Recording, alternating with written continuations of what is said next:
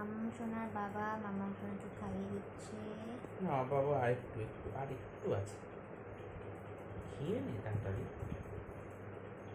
এটুকু খেলেই তো হয়ে যায়।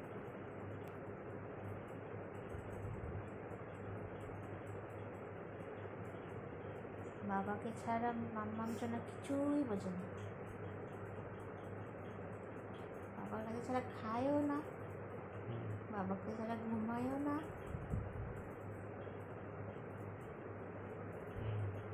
পাপাকে পড়ি হয়েছে, পাপাকে পড়ি।